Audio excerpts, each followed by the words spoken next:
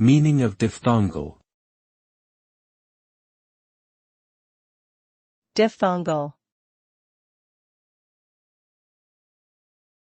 Diphthongal. Diphthongal.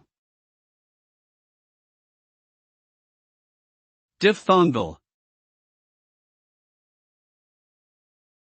Diphthongal refers to a type of vowel sound in which the tongue moves or shifts from one position to another within a single syllable. This creates a sound that is a combination of two different vowel sounds, called a diphthong. English has several diphthongs, such as the oi sound in coin and the ou sound in loud. Diphthongs can be found in many languages, and they often add complexity and nuance to the pronunciation of words. Overall, diphthongal refers to a particular type of sound that is produced by a specific movement of the tongue during speech.